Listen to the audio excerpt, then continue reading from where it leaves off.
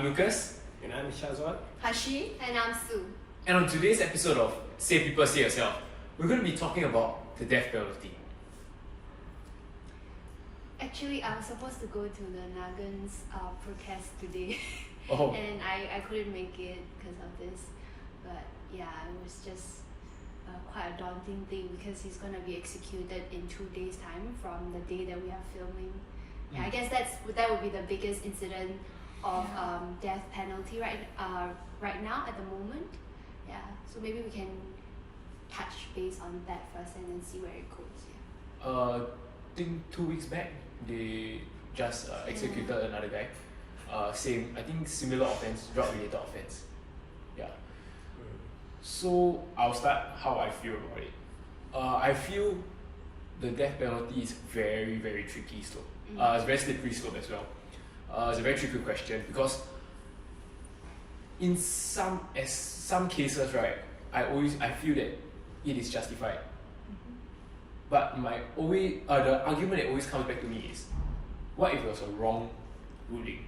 You get Because what I'm it trying has to say? happened before. Yes, yeah. So if you put someone in jail, and then with technology you are able to prove his innocence, you can release him. Yeah. But with the death penalty, you can't really, backtrack on that. You can exonerate his, you can legally let him be free. But he's already dead, so it doesn't make a difference. You know what I mean? So it's a rule that we cannot backtrack on. So can you give a punishment that you cannot backtrack on if proven wrong? To me that's the biggest question.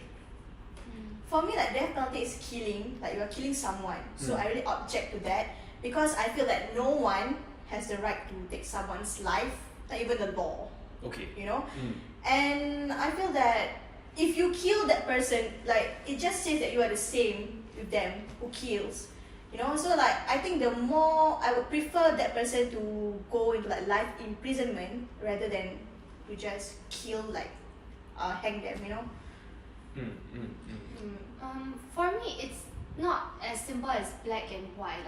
After I've heard your opinion, I really agree to take somebody's life, even if this person has taken a lot of people's life. Is it justifiable to kill someone? And also it's quite in my opinion, it's quite archaic and barbaric. It's an eye for an eye, a hand for a hand, but we are into 21st century and it feels very irrelevant.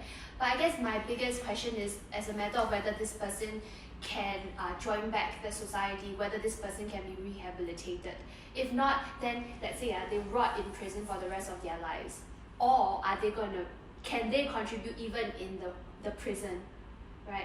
So I really can't form a full informed opinion on it. I think in Singapore's context, we are faced with a very tricky situation because our death sentence is mostly applied for drug-related offences. And the thing is, those who even traffic in all these drugs, it's not that they actually murdered people.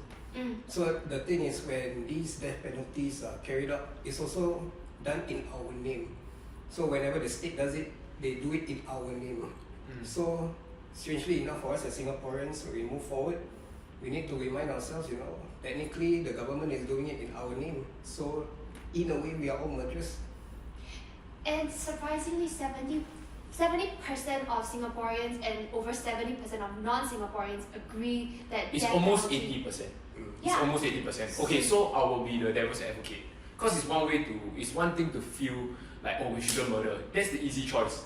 We are all making the simple choice. But of course, you ask me, should we murder people? Of course we shouldn't murder people. Yeah. No jurisdiction, no government should have the power to take life or death. That's God's power. That's God's power.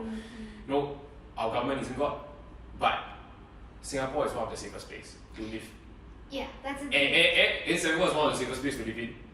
I've been to many, many countries in Asia, and I can tell you for sure, there's no country in the world that I will allow my sister to come home from a club at 3 a.m., 4 a.m. in the morning, alone.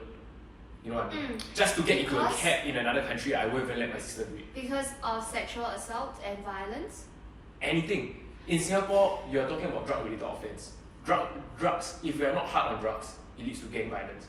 Gang violence leads to gangs. Once you have gangs, you have turf war. Once you have turf war, you have people loitering in the parks, you have people loitering in the middle of the night. What are they doing? When you have gangs, when you have drugs, you have money. When you have money, what you have? You have guns. Guns will start coming into the play.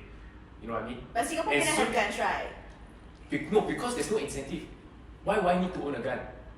And There's no also, drug war in It's Singapore. illegal to have Also, guns in it's Singapore. warrant a death penalty she if doesn't you understand what own I'm a saying. firearm in Singapore. Not own, like if you use the firearm upon someone else, it's death penalty in Singapore. Yes. Yeah. And in Singapore, Singapore's only one of the only places where you get a death penalty for kidnapping. Because there was a period of time in the late 80s or late 70s, there was a lot of kidnappings. Just random people like driving to the rich people's place and just taking their kids. Yeah. Now it's statistically is on average 2 every year. So I read through their website and the Singapore government does say that it deter crimes. But there are also a lot of international research that says that it doesn't really deter crimes. Yeah, it doesn't So it's very conflicting. I think eventually it still boils down to who is the one at the other end, because when you look at the death penalty or just incarceration in general, in the Singaporean perspective, I think if I'm not mistaken, almost 80% of those who face the death penalty are actually ethnic minorities, like us Malays and Indians. So that's really just a cause for concern for most of us when we look at the death penalty, especially recently. You know, the one that just got executed 2 weeks ago was a minority, and the one that's going to be executed is also another minority. So again, when you look at it in the Singaporean perspective, is the death penalty unfortunately disproportionate just to the minorities? And if that's the case, then shouldn't this be seen as a social issue that affects particularly the minority groups? Yeah, I agree with you. Yeah. So then this brings us to the next topic already. Drug related issues seem to always affect the minority groups in every country that it is in. Yeah. So I really got nothing to say. This problem is too big for us. I think on that end, all I can understand is that it has something to do with social stratification. And it also really depends, because usually us minorities, we will always have to go through injustices. We always have to go through our own plights. We have weaker job opportunities. We hold weaker positions in the politics. And so because of these hardships that we have to go through as minorities, some of them, they have to resort to drugs. They have to resort to alcoholism for them to find a way out. It is because of their inequality that would lead them to having to resort to these kind of things. So having the death penalty, strangely enough, it only affects those who are not well privileged. Well privileged people, they have the education, they know what to do. But what about those who are left out? So there are drug traffickers and there are also consumers. I mean, consumers, in terms of like that, these people have money to purchase drugs. But usually these people are not the ones that are being put on death sentences, the drug traffickers, right? Because of the amount of drugs that they carry. Then it's like going the same thing, right? So now we are going on the route ways. we should put the death penalty to more people. No, what I'm trying to say is, but who are the ones that are trafficking drugs? People who need the money the most, right? And people who doesn't have the financial means to get the money, therefore they resort to trafficking drugs. And these people tends to be minorities. Then how about and the poor one, right? how about drug? Not just drug related offences. How about the other offences? How are you on that? Murder for murder, murder for. I just feel that in generally, I think for me, like I would remove that death penalty punishment. Then do you know But I heard news that actually in Singapore they will remove the death penalty punishment, right? For what? When? I don't know. I just like somewhere like heard no. No. I Not don't from think where I so. heard. Yeah. Because they said right now our public opinion of death penalty is still very high. It's 80%. Yeah, it's It's still very high. 80% going for it. Because you have to understand, like, okay, for me, I feel it's But why must you some, kill that? yeah. Because it's something that we cannot backtrack on. You know what I mean? As long as that person did not confess to the crime, how certain is your evidence? How certain is your argument in court that he is definitely guilty? You get what I'm trying to say? I mean, if you're found with drugs, then you most likely that you are guilty of it. But like for example, the case of Nagan, right? Nagaenthran. But he is a borderline intellectually disabled man with ADHD who is of course prone to making like impulsive choices, well, because also he was threatened, then is he warranted a death penalty because he can't make informed decision at that moment in time or even now, you know? Then then how do you decide as to whether he's mentally sound enough to that, whether he's guilty or not? Yeah. So then that brings the question of the murder of Lina. You know Lina, the 4-year-old girl. Okay, so her mom works I think works downstairs in the hawker center or something. Then she has friends, you know. So all the hawkers downstairs know her little 4-year-old girl. So they know her route. So one of the guys that works in the hawker center down the road, he's a family friend apparently. Like they know him.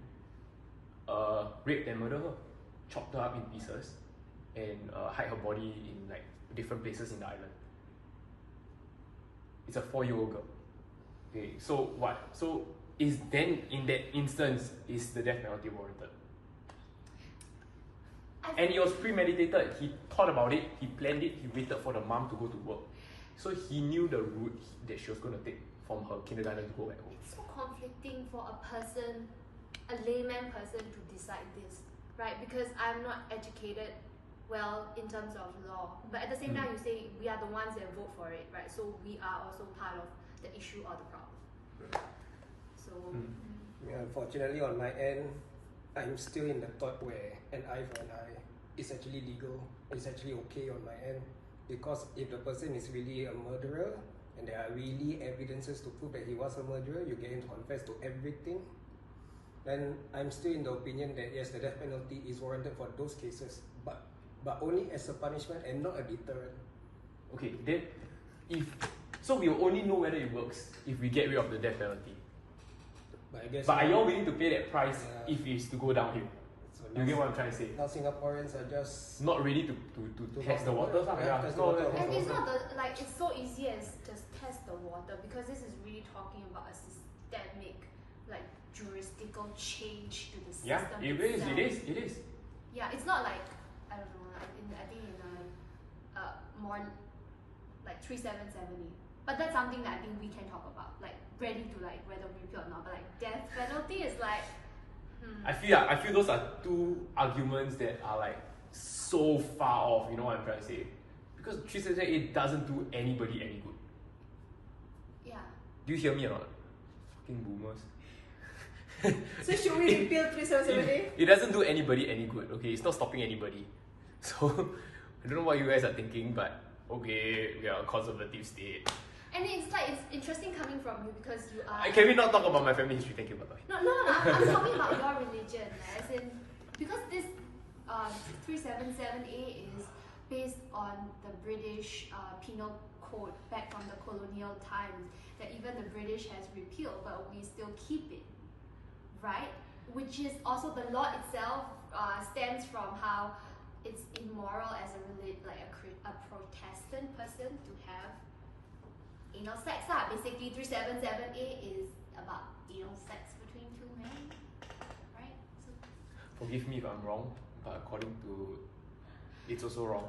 Yeah. So let's hear what. But right, for me, whether you repeal or Point not, taken. whether you repeal or not, right? People don't care. People still do it. You know what I'm saying? Like people still do it. So, but then the government now also say like, yeah lah, we still have this lah, but we are not like imposing anything. But that's the like, thing, They're not right? scared. Then it's not redundant really already at this using point. lah. But also the thing is, because they are still boomers and millennials who are like super, you know, like. just sit there, wait for them to die, and then. I wanted to say that sentence, but no, I kept quiet. I think I said this Oh my before God, during the how when we did the fictional. dating one. I think I said it before. I think it's pretty messed up to tell people what they want to do with their private parts. Yeah. It's I mean, it's it's their kind of own messed up. choice. Yeah, do whatever you want to do. So that can go lah, but death penalty I think still like. Yeah, okay. It's too heavy lah. Okay, so Too heavy. as you can tell, we can talk about this all day. So tell us in the comments down below, what do you feel about the death penalty and other archaic laws that we have in Singapore? Yeah, so thanks for watching. Say people, say yourself, bold perspectives. And don't forget to follow us on our socials. And new video every Friday. And bye bye. Bye bye.